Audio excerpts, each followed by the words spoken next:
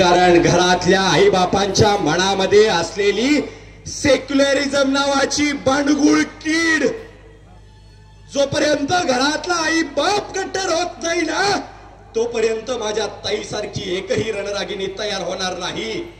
अशाच आई वडिलांना कट्टर करण्यासाठी आणि समाजामध्ये चाललेल्या जिहाद्यांच्या कारवाई थांबण्यासाठी आणि सगळ्यात महत्वाचं पैसा पाण्यापाठीमाग पळणारा हिंदू समाज हा भगव्या ध्वजाखाली आणण्यासाठी महाराष्ट्रभर हिंदू जनाक्रोश मोर्चाचं आयोजन करत असताना जातीनं जिथं लक्ष दिलं जातंय जो व्यक्ती लक्ष देतोय असे आपले पुढचे प्रमुख वक्ते ज्या वेळेस हिंदुत्वावरती गदा येते त्या गदेला हटवण्यासाठी ज्या प्रत्येक वेळेस संसदेमध्ये आवाज उठवला जातोय आणि तो आवाज ज्यांचा आहे ते माननीय नितेशजी राणे. मी साहेबांना विनंती करतो की आपण या सभेला संबोधित करावं.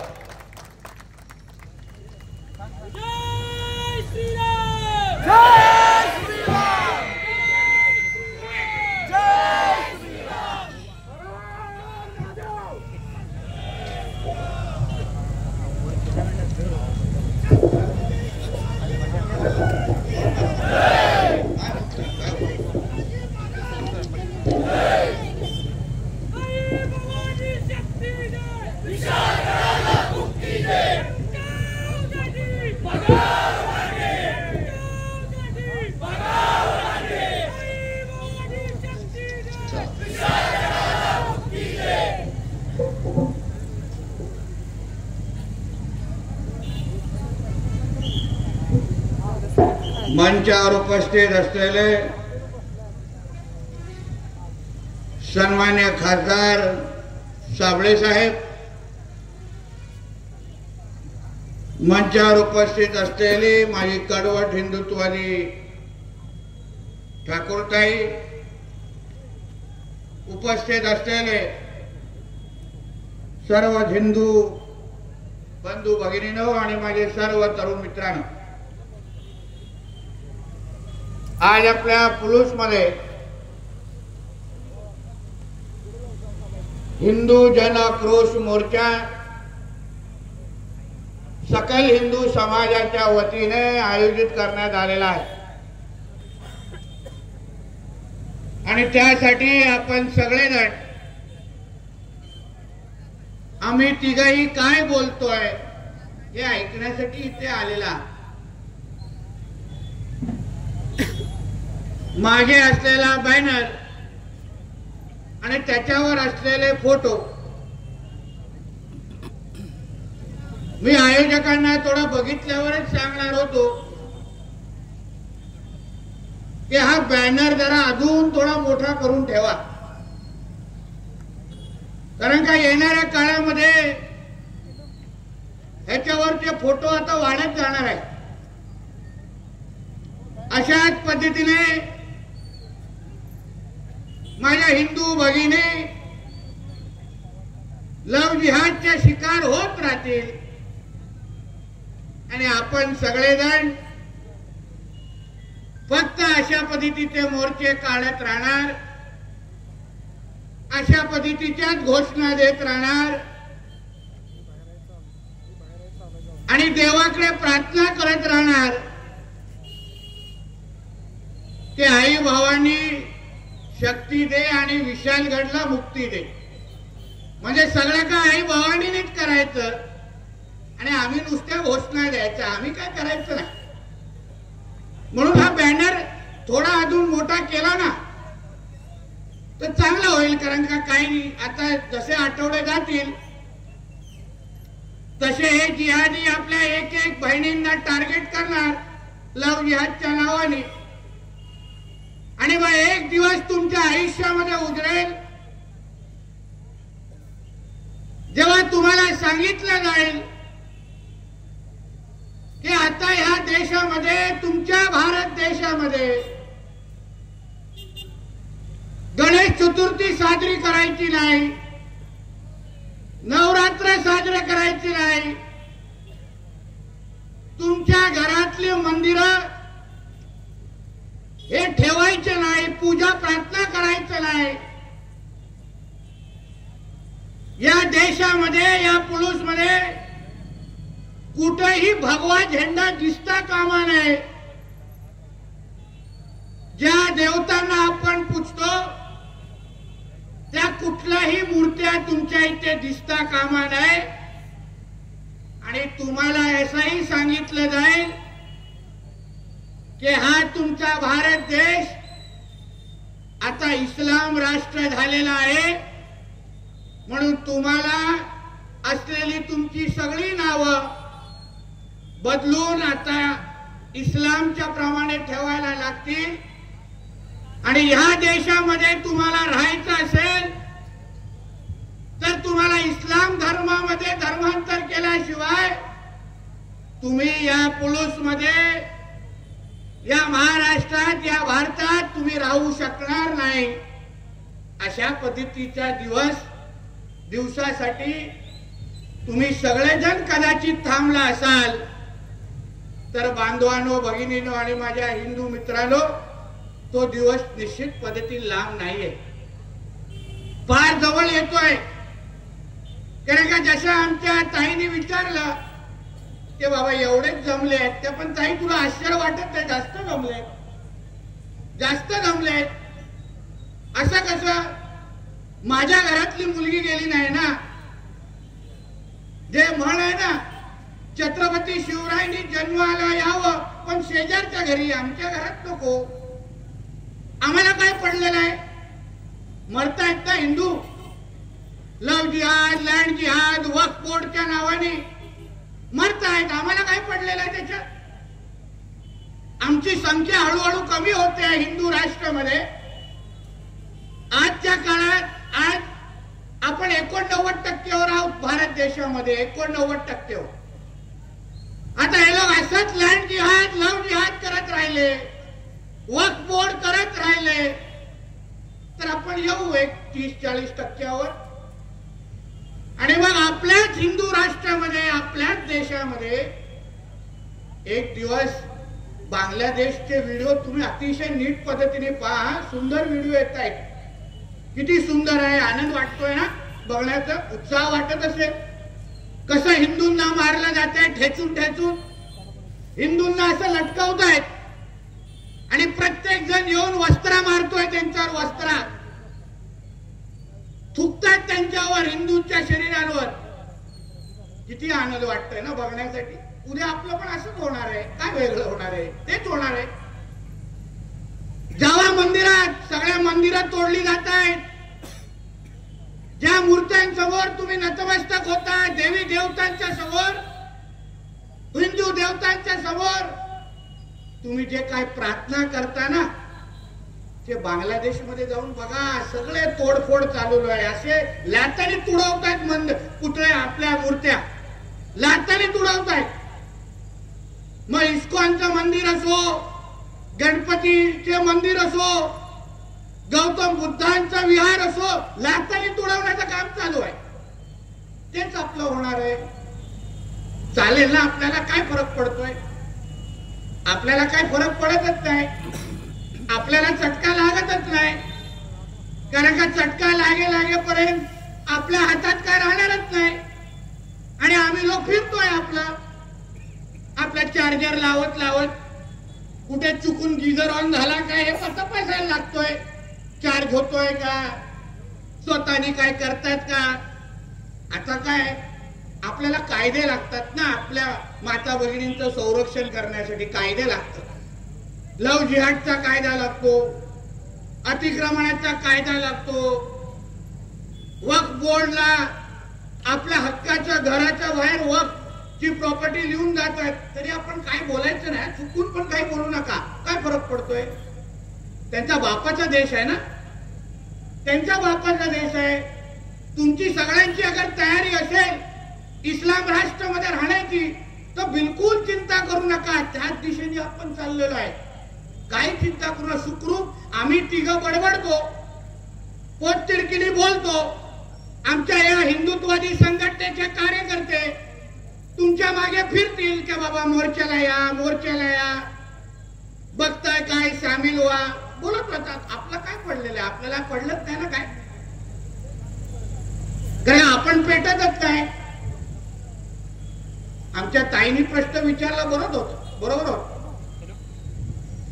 हेच अगर मागच्या ज्या काय बहिणी आहेत, ती उरणच्या बहिणी, ती जी माझी यशस्वी नावाची बहीण होती आंबेडकर समाजाची, यशस्वीच्या जागी अगर यास्मीन असते तर एक तरी हिंदू तिथे उरणमध्ये जिवंत राहिला असतं का? एक तरी राहिला असतं का? घरात घुसून मारून टाकलं असतं हिंदूंना, एकालाही जिवंत ठेवलं नसतं. या बाकीच्या जे काही माझ्या भगिनी आहेत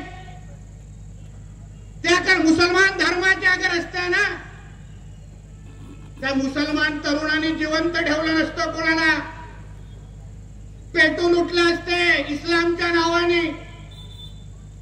मग कधीतरी या डोक्यावर घातलेला भगवायला, या आमच्या भगवायला बघून कधीतरी विचारा का बाबा आपण कुठे कमी पडतोय?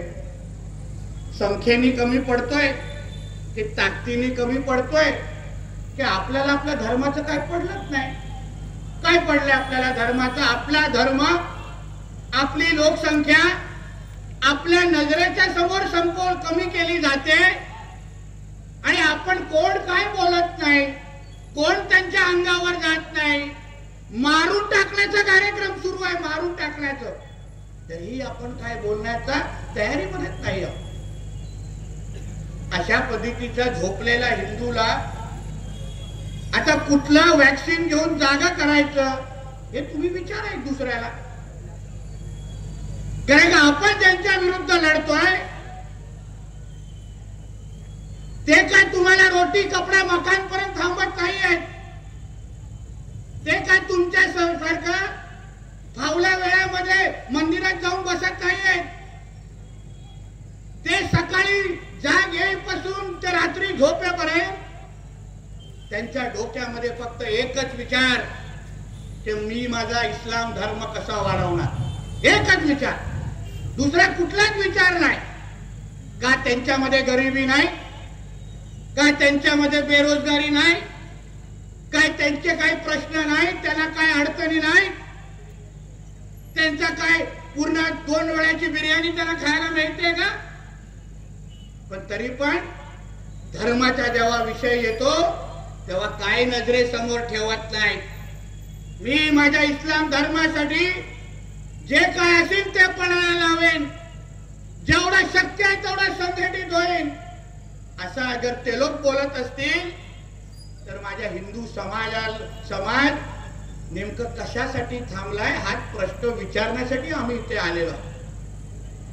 आपण अगर आपल्या धर्माची, तुम्हाला अगर ताकद दाखवायची नसेल, दहशत दाखवायची नसेल, आपला धाक दाखवायचाच नसेल तर माझ्या या बहिणींच्या ना तुम्ही काय उत्तर देणार ते तरी सांगा.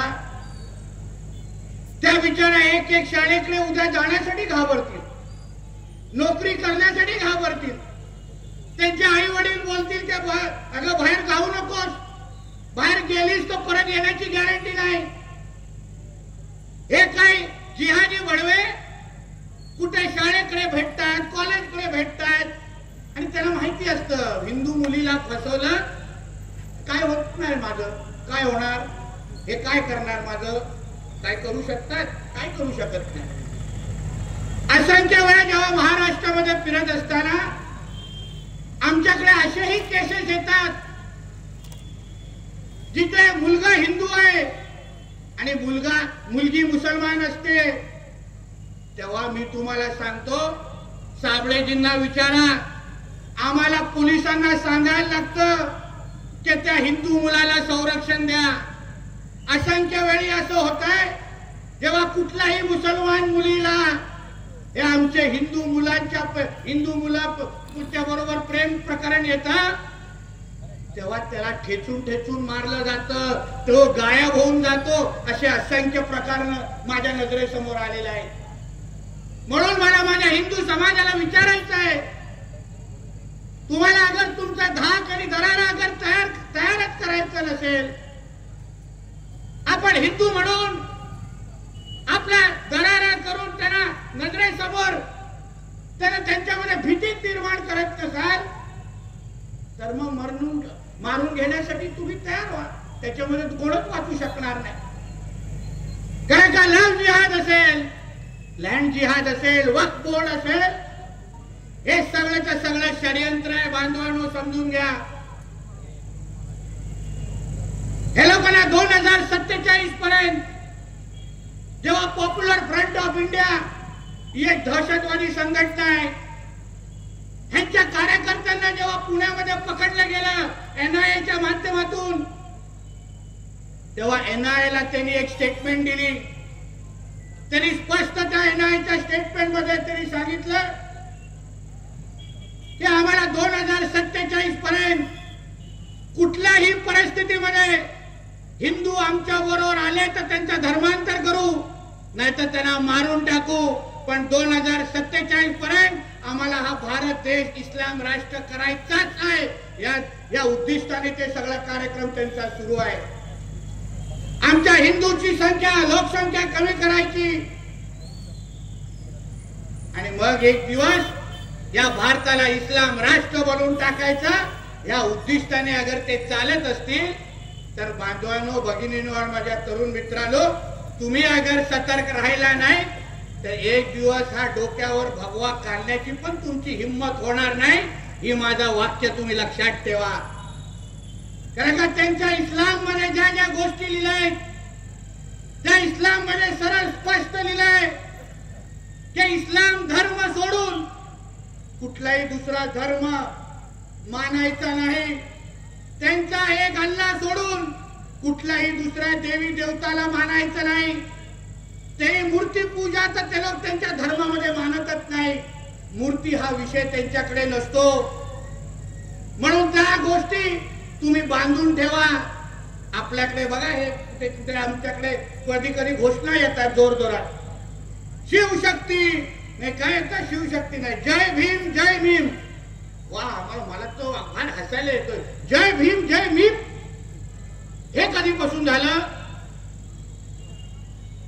कधी आपण ज्या देवताला आपण डॉक्टर बाबासाहेब आंबेडकरांसारख्या एका महापुरुषाच्या नावाने जे आपण जगतोय, आणि डॉक्टर बाबासाहेब आंबेडकरांनी आपल्या देशाला संविधान दिलं नसता तर तुम्ही आणि आम्ही जगू पण शकलो नसतो. एवढी ताकद डॉक्टर बाबासाहेब आंबेडकरांच्या विचारांमध्ये एक लक्षात ठेवा. आणि ज्या डॉक्टर बाबासाहेब आंबेडकरांना आपण मानतो, डॉक्टर बाबासाहेब आंबेडकरांनी जे विचार दिले त्या विचारांवर चालणारे सगळे आपण लोक आहोत. मग कधीतरी डॉक्टर बाबासाहेब आंबेडकरांचे इस्लाम बद्दलचे विचार कधीतरी तुम्ही त्यांच्या पुस्तकांमध्ये त्यांनी लिहिलेल्या विचारांमध्ये वाचले पाहिजे. मग तुम्हाला षडयंत्र कळेल की जय भीम एक षडयंत्र आहे.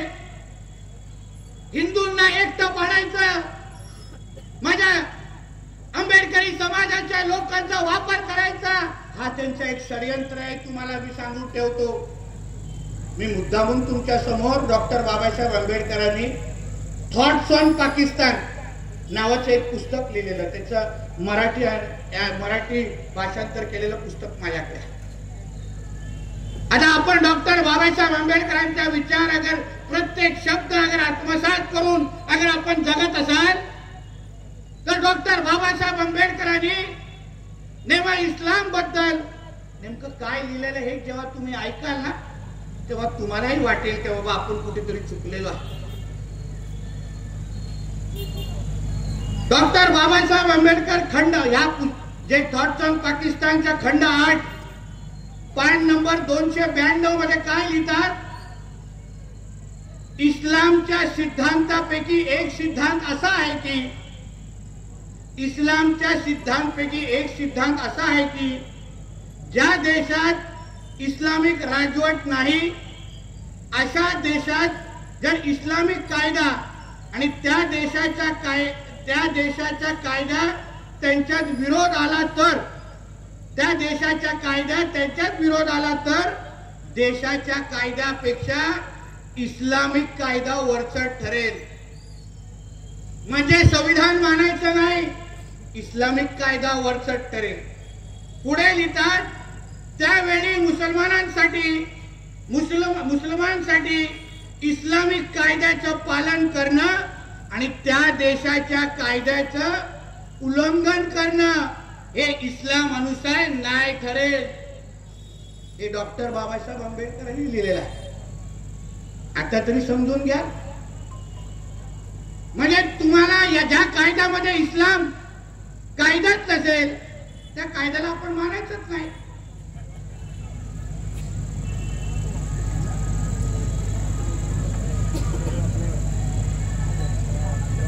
आता डॉक्टर बाबासाहेब आंबेडकरांना मी जेव्हा निर्णय घेतला धर्मांतराचा, तेव्हा असंख्य पर्याय त्यांच्या समोर होते. तर नेमकं इस्लाम का स्वीकारायचं नाही या बाबत डॉक्टर बाबासाहेब आंबेडकर स्वतः लिहितात.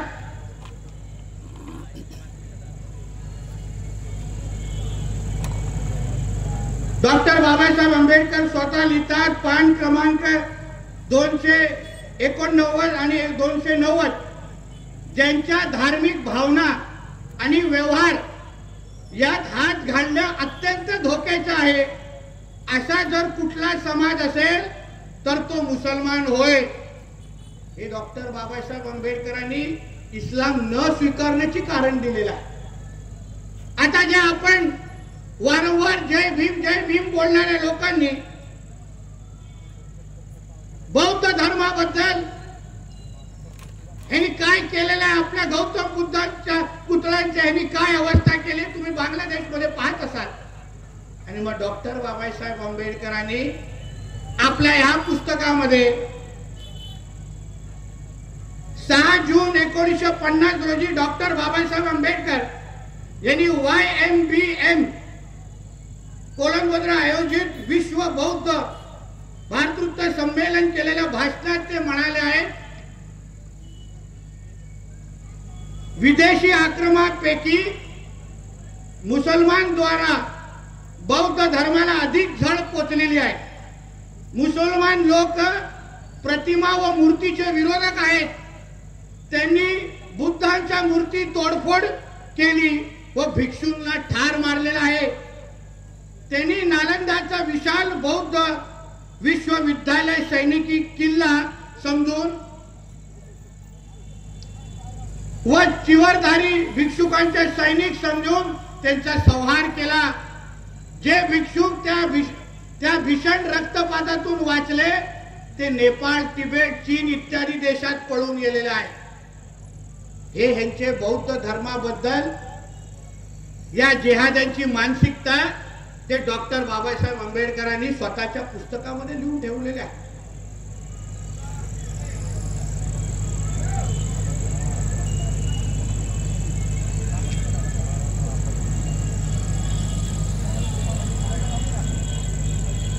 या असंख्य गोष्टी तुम्ही समजून घेतलं पाहिजे. कारण आपण काय डोळ्यावर पट्टी बांधतो आणि जय भीम करून मोकळे होतो. पण ही परिस्थिती अगर तुम्ही लोकांनी समजून घेतली नाही बांधवानं, तर तुम्हालाही कळेल की ही गोष्ट आपल्या हातातून बाहेर निघून गेलेली आहे. म्हणून आपल्याला वारंवार समजवण्याचा जो प्रयत्न आम्ही करतोय ते हे जे काय जिहादी जे आपल्या अंगावर सोडले गेलेले आहेत ते आपल्या धर्माच्या विरोधात उभा करण्यासाठी सोडून गेलेले आहेत. लक्षात घ्या, त्यांच्या विरोधात हिंदू धर्म म्हणून जोपर्यंत तुम्ही एकजुटीने तुम्ही लढत नाही ना, त्यांची तुम्हाला तुम्ही त्यांचा ताकद दाखवत नाही ना, तर अशाच पद्धतीने आपण मारले जाऊ. त्यांना तुम्ही इशारा दिला पाहिजे की तुम्ही आमच्या माता भगिनींकडे वाकड्या नजरेने पाहाल तर तुमचे डोळे पण आम्ही ठिकाणावर ठेवणार नाही. एवढी ताकद हिंदू धर्माने निर्माण करून दाखवली पाहिजे. आहे की नाही? दाखवणार की नाही? ते असंच होय होय होय करणार. अपेक्षा करायची की नाही आपल्याकडून की एवढी हवा भरत भरत भरत भरत पूर्ण आयुष्य घालवायला लागेल आम्हाला? कारण का हे कार्टे हे नालायक सुधारणार नाही. अशाच आपल्या माता भगिनींना, अशाच आपल्या घरातल्या महिलांना अशाच पद्धतीने हे कार्टे टार्गेट केलं जातील आणि आपण काही करू शकणार नाही. त्यांच्यामध्ये धाक निर्माण करायला पाहिजे की तुम्ही आमच्या हिंदू धर्माकडे वाकडं पाहाल तर आम्ही पण तुम्हाला 2 पायावर घरी जाऊन देणार नाही. हा धाक तुमच्याकडून निर्माण करायला पाहिजे. धाक निर्माण करायला. वक्फ बोर्डचा कायदा काय हो सांगा तुम्ही? त्यांच्या बापाचं आहे का हे सांगली आणि सगळ्या गोष्टी? त्यांच्या आब्बानी लिहून ठेवलाय का त्याच्या 7 बाऱ्यावर की हे मेरा मकान आहे? कोणी काटा येतो आणि बोट लावून जातो वाघ बोर्डचा? आमच्या देशामध्ये फक्त डॉक्टर बाबासाहेब आंबेडकरांचाच कायदा चालणार. तुमचा वक्फ बोर्डचा कायदा आहे ना, घेऊन जा तुझ्या पाकिस्तानमध्ये. इथे आम्ही चालून देणार नाही, इथे चालून देणार नाही. मला यादी दिली गेली की राणे साहेब बघा, सांगलीमध्ये एवढे वक्फ बोर्डच्या प्रॉपर्टी आहेत. ज्यांच्या ज्यांच्या प्रॉपर्टी आहेत ना, मी त्यांना सांगून जा, तुमच्यामध्ये अगर हिंमत असेल तर जेव्हा जेव्हा हे दाढीवाले तुमच्या प्रॉपर्टीवर उभं राहतील, तुम्ही फक्त संघटित होऊन त्यांना तुडवायला सुरू करा. बाकी तुमचं संरक्षण करण्याची जबाबदारी आमची असेल. कारण का हा कायदा आपल्या देशामध्ये लागूच शकत नाही.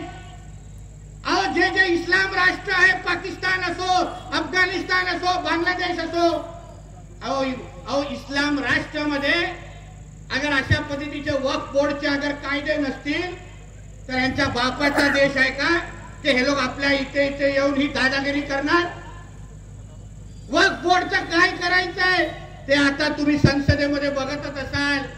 तुम्हाला लवकरच गोड बातमी भेटेल की ह्या लोकांनी जेवढ्या जेवढ्या जमीन आपल्या घेऊन ठेवलाय ना, आपल्या नरेंद्र मोदी साहेबांचं सरकार ह्यांच्या ढोंगणाखाली घेऊन आपल्यापर्यंत परत देणार आहे. फक्त तुम्ही तुमचा धाक निर्माण करा. हा कायदा आपल्या देशामध्ये लागूच शकत नाही. असलेला जो अधिकारी तुमच्या नजरेसमोर येईल त्याला फक्त सांग, अरे बाबा तू इथे जे इथे त्यांची चाटण्यासाठी बिर्याणी खाण्याच्या निमित्ताने जे आलायस ना, तुझी जरा हिंमत असेल ना, त्यांच्या मोहल्ल्यामध्ये जाऊन एका हिंदू मंदिराचा जरा भगवात्री झेंडा लढून दाखव ना जरा. तिथे सगळी सिंगमगिरी आमच्याकडे कशाला दाखवता? सगळी ताकद आमच्याकडे कशाला दाखवता? म्हणून यापुढे कुठलाही वक्फ बोर्ड का कोणीही बोर्ड लावून तुमच्याकडे आला तर तुमची जबाबदारी असेल त्याचा वक्फ बोर्डचा बोर्ड घ्यायचा आणि त्याच्या डोक्यावर आपटायचा आणि सांगायचं माझी प्रॉपर्टी देणार नाही. कायद्यानुसार ती प्रॉपर्टी देऊ शकत नाही. ज्या वक्फ बोर्डचा हा जो भाषा हे करतात तिथे सगळेचे सगळे फक्त मुसलमान, हिंदूंना जागाच नाही तिथे. म्हणजे चोरी पण ह्यांनी करायची, पोलीस पण ह्यांच्यात बसवायचे, जज पण ह्यांचा, वकील पण ह्यांचा. आम्ही फक्त भाईचाराच्या नावाने खाजवत बसायचं. आम्ही काय करायला गेलो नाही, यार इधर भाईचारा आहे ना, म्हणजे भाई भाईचे लोक आणि चारा आमच्या ढोंगणात, एवढं भाईचारा. सर्व धर्म समभाव हा ठेका फक्त हिंदूंनीच घेतलाय. या जिहादांनी कुठेच घेतलेला नाही. त्यांना सर्व धर्म समभाव मानत नाही, कारण का त्यांच्या कुराणमध्ये दुसऱ्या धर्माला जागा नाही. आपल्यालाच हे सर्व धर्म समभावचं टेप रेकॉर्डर आपल्या समोर लावलं जात. मी काय त्या सर्व धर्म समभावच्या टेप रेकॉर्डरला ना मानत ना मला ते वाक्य पटत. हे देश हा आमचा भारत देश हा हिंदूंचा देश आहे आणि आमच्या देशामध्ये पहिलं प्राधान्य हिंदूंना दिलं जाईल आणि मगच दुसऱ्यांना दिलं जाईल. हे ठणकावून तुम्हाला सांगायला आलं पाहिजे, ठणकावून आलं पाहिजे. आपला देश आहे, या हिंदू राष्ट्राचं संरक्षण करण्याचं काम आपण लोकांनी करायला पाहिजे. तुम्ही ठणकावून सांगितलं पाहिजे आमच्या देशामध्ये जय भीम जय भीमचा आजपासून नारा लागणार नाही. नारा करायचाच असेल, नारा कुठला बोलायचाच असेल तर एकमेव नारा द्या, शिवशक्ती आणि भीमशक्तीचा. द्याल का नाही? जोरात होऊन दे, शिवशक्ती, शिवशक्ती, भीमशक्ती. हाच नारा आजपासून आला पाहिजे, बाकी कुठलाही नाही. तुम्ही लोकांनी समजलं पाहिजे हे षडयंत्र आहे. आज अगर आपण एक दुसऱ्या बरोबर कडवटपणामध्ये राहिलो नाही ना तर काहीच होणार नाही. इकडचे काही केसेस माझ्याकडे दिल्यात लव्ह जिहादच्या. काही पोलीस अधिकारी आहेत, सगळ्यांवर बोलणार नाही, मोजके असतात बिर्याणीची आवड असणारे. त्याला बाहेर बिर्याणी आवडते, आपला वडापाव किंवा कांदे पोहे बिलकुल आवडत नाही. आणि मग लव्ह जिहादची केस झाली, बापालाच विचारतात मुलगी तुमची आहे का?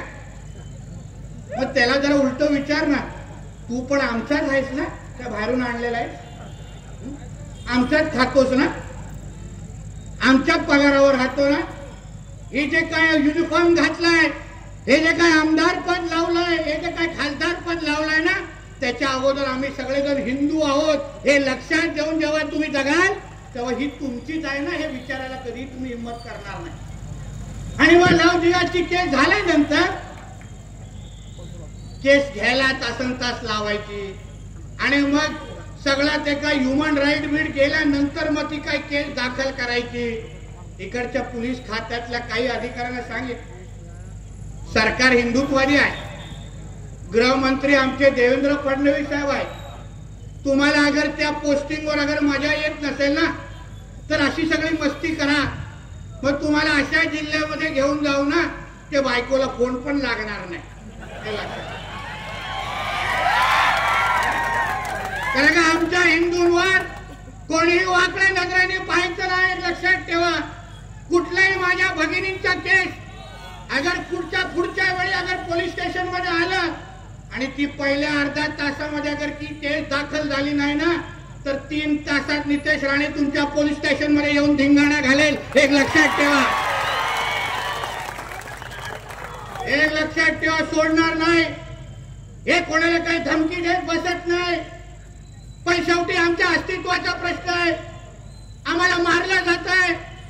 मी जेव्हा आता त्या घरामध्ये थांबलेलो, एक लव जिहाद मध्ये 2021 मध्ये एक ज्या मुलगी त्याची गेली तर एक वडील माझ्या समोर येऊन तिथे उभे राहिले.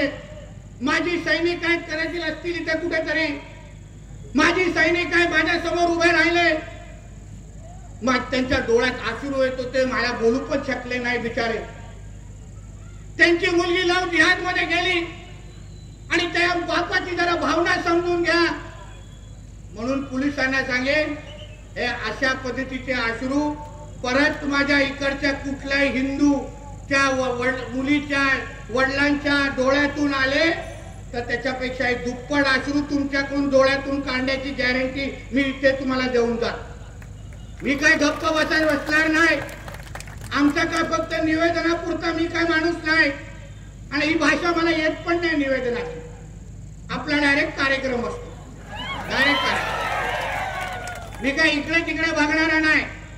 जिथे जातो ना तयारीमध्ये जातो म्हणून कोण माझ्या वाट्यालाच येत नाही. त्यांनाही माहिती आहे नितेश राणेचा ताफा अडवला तर परत शुक्रवारी ढुंगण पण वरती येणार नाही. एवढे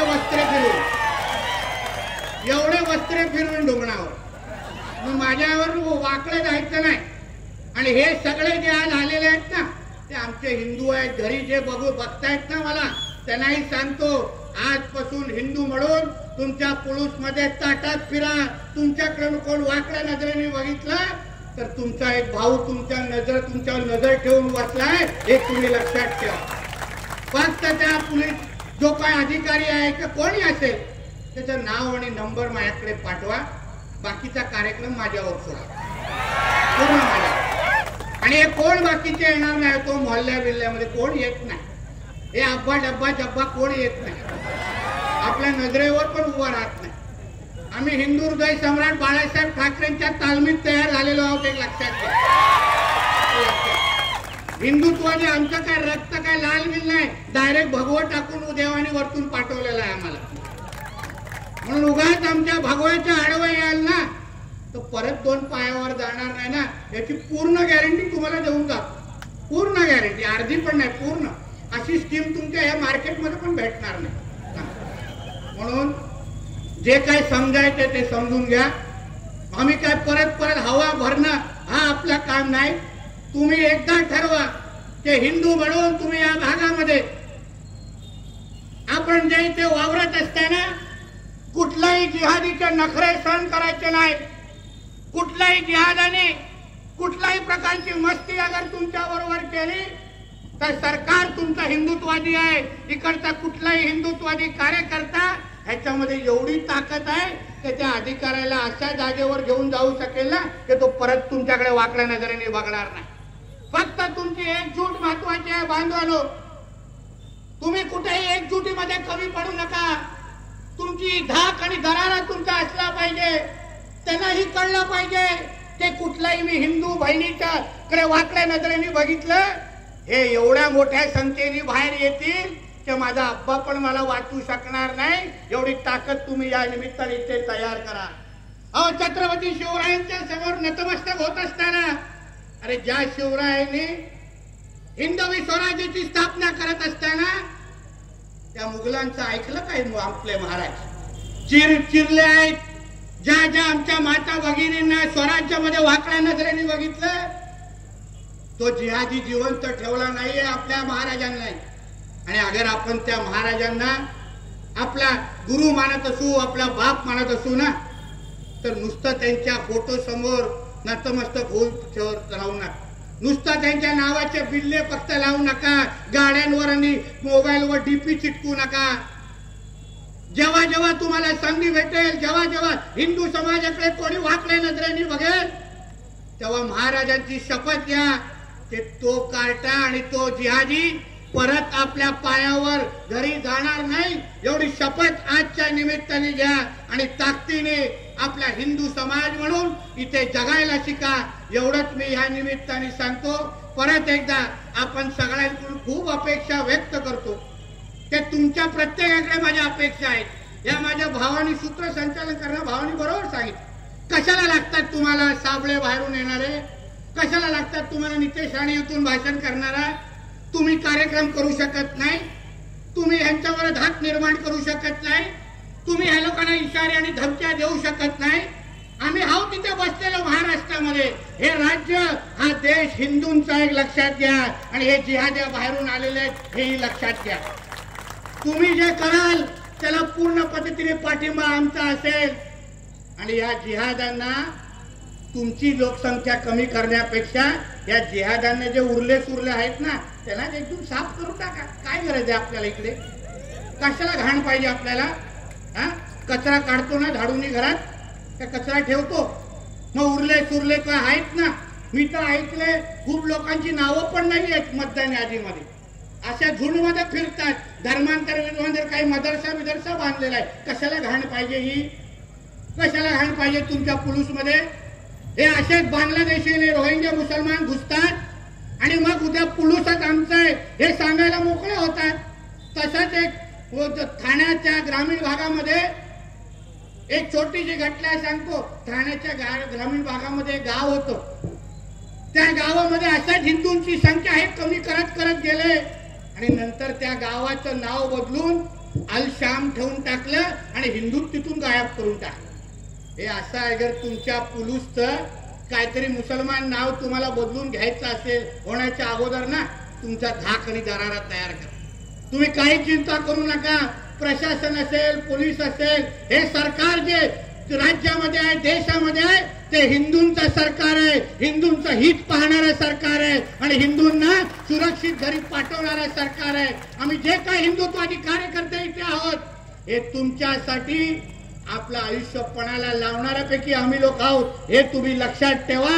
आणि हिंदू म्हणून गर्वाने जगायला शिका, एवढंच या निमित्ताने सांगतो. इथेच थांबतो. जय श्रीराम. हे जाऊन द्या बोंग्यापर्यंत आवाज. जय श्रीराम. जय जय श्रीराम.